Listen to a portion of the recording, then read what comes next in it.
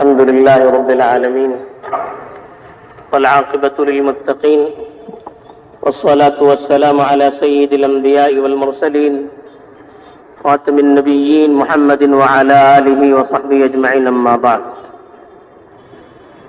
میرے دینی اور ایمانی بھائیوں، بزرگوں اور دوستوں، اللہ کے نبی صلی اللہ علیہ وسلم نے قیامت سے پہلے قیامت کو یاد کروانے والی بہت ساری نشانیاں احادیث میں بتلائی ہیں کہ یہ نشانیوں پر چند ہفتوں پہلے کئی ایک خطبات میں گفتگو کی گئی تھی. آج کے خطبے میں ایک اہم نشانی جو قیامت کے قریب ظاہر ہونے والی ہے اور جس کا ہم آئے دن اپنی آنکھوں سے اپنے علاقوں میں مشاہدہ کرتے رہتے ہیں، اس اہم نشانی کا تذکرہ کیا گیا ہے. وہ نشانی کیا ہے؟ اچانک کی موت.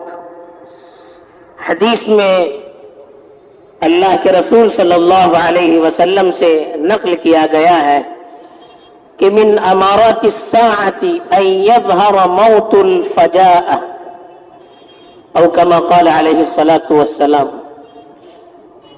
قیامت کی نشانیوں میں سے ایک نشانی یہ بھی ہے کہ اچانک کی موت بڑھنی شروع ہو جائے گی. ہم مسلمان ہیں، ہمارا عقیدہ یہ ہے کہ مرنے کا وقت پیدائش سے پہلے طے شدہ طور پر متعین ہے. کون کب مرے گا، کس حالت میں مرے گا، یہ ساری چیزیں انسان کی پیدائش سے پہلے اس کی تقدیر میں تحریر کر دی جا چکی ہیں. اور یہ بھی ہمارا عقیدہ ہے کہ مرنے کے لیے نہ بوڑھا ہونا شرط ہے، نہ بیماری شرط ہے، کوئی چیز شرط نہیں ہے. اور یہ بھی طے شدہ چیز ہے کہ آدمی اسی حالت میں مرتا ہے جس حالت میں اس کی موت لکھی جاتی ہے. لیکن انسانوں کے لیے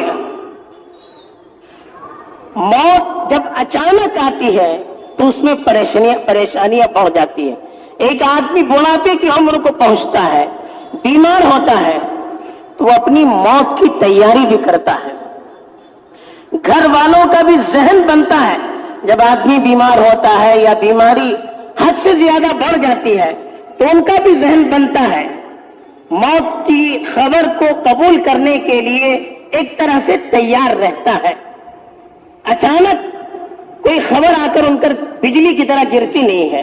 ایک طرح سے وہ قبول کرنے کے لیے تیار رہتا ہے اور اس کو سہنے کے لیے بھی اس کی طبیعت اور اس کا مزاج تیار رہتا ہے. لیکن جو موت بغیر کسی سبب کے آتی ہے، نہ وہ خود اس کے لیے تیار ہوتا ہے، نہ اس کے گھر والے اس کو قبول کرنے کے لیے تیار ہوتے ہیں. آدمی بیمار ہوتا ہے تو بیماری ایک مومن کے لیے گناہوں سے کفارے کا سبب ہے. آدمی بیمار ہو جائے اور اس بیماری پر صبر کرتا ہے تو اس کے گناہ جڑ جاتے ہیں، اس کی ترقی اللہ کے ہاں ہونی شروع ہو جاتی ہے. اور آدمی بیماری کی حالت میں خدا کو زیادہ سے زیادہ یاد کرتا ہے، اللہ کی طرف رجوع کرتا ہے، اپنی موت کو یاد کرتا ہے، دوسروں سے معافی تلافی کرتا ہے. اس کی وجہ سے بیماری کے بعد یا بڑھاپے کے بعد جو موت آتی ہے اس کے لیے ایک طرح سے وہ بھی تیار رہتا ہے اور اس میں خیر رہتا ہے. لیکن اچانک کی جو موت آتی ہے عام طور پر لوگ اس کے لیے تیاری نہیں کر پاتے ہیں. نہ کچھ وصیت آدمی لکھ سکتا ہے، نہ مغفرت کے لیے اللہ کی طرف رجوع کر سکتا ہے، نہ حقوق العباد بندوں کے حقوق کو ادا کر سکتا ہے. اچانک چلا جاتا ہے. اس کی وجہ سے بہت سی پریشانیاں بھی بعض مرتبہ لاحق ہوتی ہیں. اسی لیے اللہ کے رسول صلی اللہ علیہ وسلم نے ایک حدیث میں ارشاد فرمایا کہ موت الفجأۃ اخذۃ اسف. ابو داؤد شریف کی روایت ہے کہ اچانک کی موت اللہ کے غصے کی پکڑ ہوتی ہے، اللہ کے غصے اور ناراضگی کی نشانی ہوتی ہے اچانک کی موت، اس لیے کہ آدمی تیاری نہیں کر سکتا اس میں. لیکن دوسری روایتوں میں اس کی وضاحت بھی آئی ہے کہ اس کے لیے اللہ کا غضب اور اللہ کی پکڑ ہوتی ہے. دوسری روایت میں فرمایا اخذت اسف للفاجر وراحت للمؤمن، کہ یہ جو اچانک کی موت ہوتی ہے یہ گنہگاروں کے لیے تو اللہ کی سخت پکڑ ہوتی ہے، لیکن مومن کے لیے جو پہلے سے موت کی تیاری کرتا ہے، اللہ سے لو لگائے رہتا ہے، اپنی موت پر یقین کیے ہوئے رہتا ہے اور اچھے اعمال میں وہ مشغول رہتا ہے، اس کے لیے تو اچانک کی موت ایک طرح سے دنیا کی پریشانیوں مصیبتوں سے راحت کا ذریعہ بنتی ہے. تو اچھے لوگوں کے لیے اچانک کی موت راحت کا ذریعہ ہے، لیکن اکثریت چونکہ دنیا میں منہمک رہتی ہے، مشغول رہتی ہے، آخرت کی طرف توجہ دینے کا ان کو موقع نہیں ملتا ہے. کاروبار آدمی کا اتنا بڑھ جاتا ہے کہ آدمی پورا 24 گھنٹہ کاروبار کے لیے لگاتا ہے، اس کے لیے تو فرصت ہے، لیکن دین کے لیے وقت نکالنے کے لیے کہا جائے تو فرصت نہیں ملتی ہے. وہی شخص جب موت آ جاتی ہے اچانک اٹھ کر چلا جاتا ہے، کاروبار وہیں رہ جاتا ہے.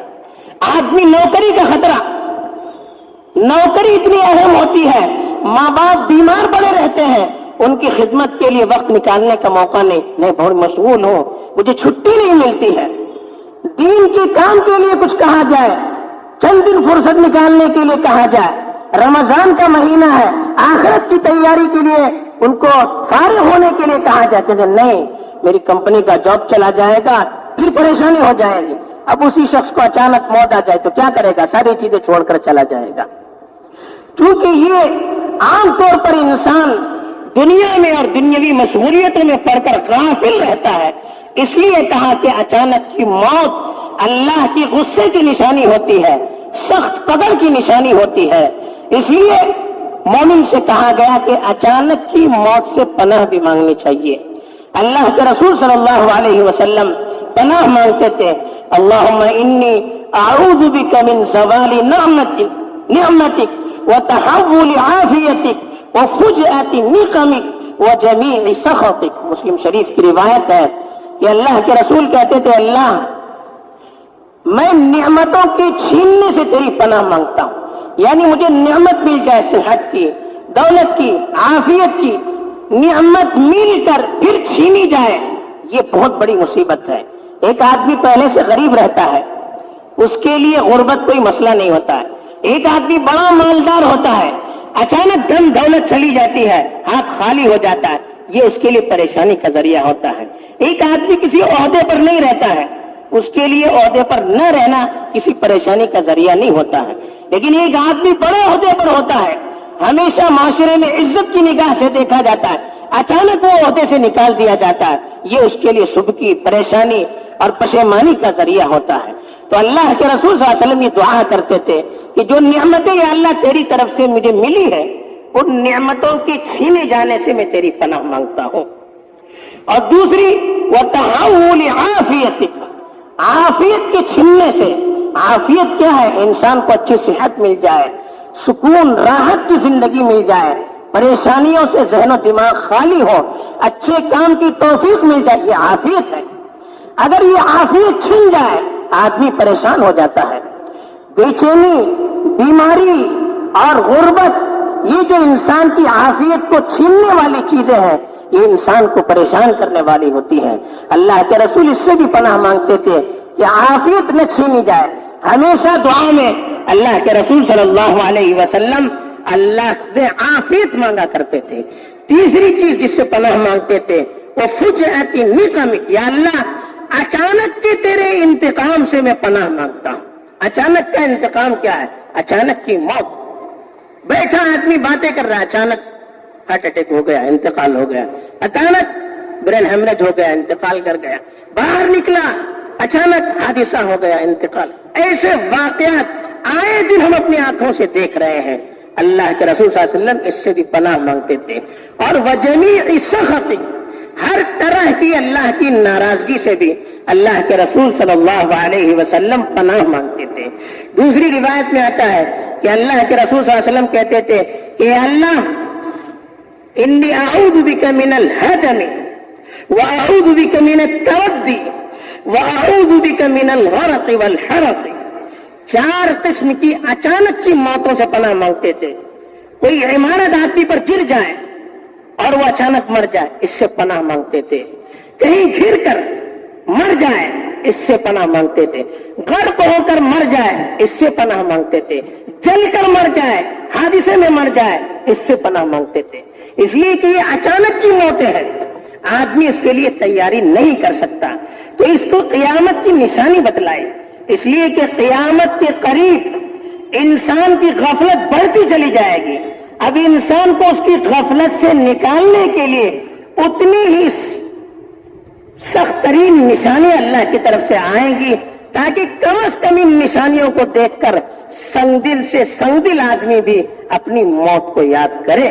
تو یہ جو اچانک کی موتیں ہوتی ہے، اس میں ہمارے لیے سب سے بڑی عبرت ہے۔ ہمیں سبق لینا چاہیے کہ پتہ نہیں کب کس کی موت آ جائے، کچھ کہا نہیں جا سکتا۔ بیمار آدمی پڑے کے پڑے رہ جاتے ہیں، جوان آدمی نکل جاتا ہے۔ بوڑھے ماں باپ زندہ رہتے ہیں، نوجوان بیٹا نوجوان پوتا چلا جاتا ہے، کچھ کہا نہیں جا سکتا۔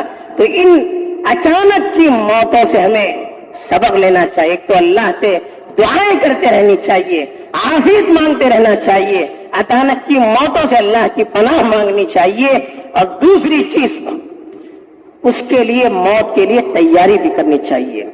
اچھے اعمال میں آدمی کو اپنے آپ کو مشغول رکھنا چاہیے۔ اچھے اعمال آدمی کرتا رہے گا، اچھی حالت میں موت آ جائے گی۔ آدمی غفلت میں رہے گا، پتہ نہیں کون سی حالت میں موت آ جائے۔ اس لیے آدمی ہر دن اپنا آخری دن سمجھے، ہر نماز اپنی آخری نماز سمجھے، ہر منٹ آخری منٹ سمجھے، تو اس وقت آدمی ظلم سے بچے گا، اس وقت آدمی ناانصافی سے بچے گا، اس وقت آدمی گناہوں سے پرہیز کرے گا۔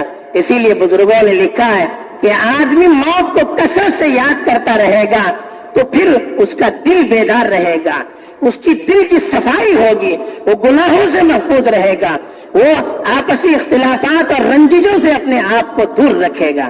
تو ایک تو اچھے اعمال سے اپنے آپ کو تیار رکھنا چاہیے، دوسرے بندوں کے حقوق کو ادا کرنا چاہیے۔ قرض ہے، ہم پر قرض ہے کسی کا، اب ہم دے نہیں رہے، اچانک موت آ جائے گی، قرض ہم پر باقی رہ جائے گا اور ہم چلے جائیں گے، کل کو اللہ کے پاس وہ ہمارا گریبان پکڑے گا۔ وراثت تقسیم نہیں ہو رہی ہے، ہم دبائے ہوئے ہیں، اچانک موت آ گئی تو وہی کا وہی مال رہ جائے گا۔ اب ہمارے بعد لوگ اس کو تقسیم کریں نہ کریں، پوری ذمہ داری ہم پر آ جائے گی، وہاں قبر میں ہمارا حساب ہوگا۔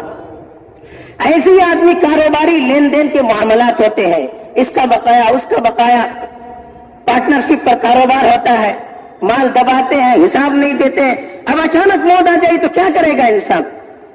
اس کے لیے بھی کوشش کرنی چاہیے۔ ایسے ہی آپس میں دشمنیاں، رشتہ داروں میں دشمنیاں، خاندان والوں میں دشمنیاں، محلے والوں میں دشمنیاں، کب تک یہ دشمنیاں ہم اپنے سینے میں اس کو پالے رکھیں گے؟ کب تک اپنا دل ان نفرت اور آپسی اختلافات میں پڑھ کر گندا کرتے رہیں گے؟ موت آ جائے گی، ساری چیزیں دھری رہ جائے گی، نفرت دل میں رہے گی، اور اللہ کے دربار میں حاضر ہو جائیں گے، کون سا منہ لے کر حاضر ہو جائیں گے؟ تو اس لیے اس وقت اس کی ہم کو فکر کرنی ہے، دل کو صاف کرنے کی ضرورت ہے، معافی تلافی کرنے کی ضرورت ہے، آپس میں ایک دوسرے سے ملنے کی، اختلافات کو چھوڑنے کی اور ایک دوسرے سے گلے ملانے کی ضرورت ہے۔ ہم اپنے طور پر اپنی صفائی کرتے رہیں گے تو یقیناً جب موت آ جائے گی، اچھی حالت میں آ جائے گی، اللہ سے یہی مانگنا ہے، عافیت مانگنی ہے۔ اللہ تعالیٰ مرنے سے پہلے مرنے کی تیاری کی توفیق دے اور اچانک کی آفتوں سے ہم سبوں کی حفاظت فرمائے۔ آمین۔ وآخر دعوانا الحمدللہ رب العالمین۔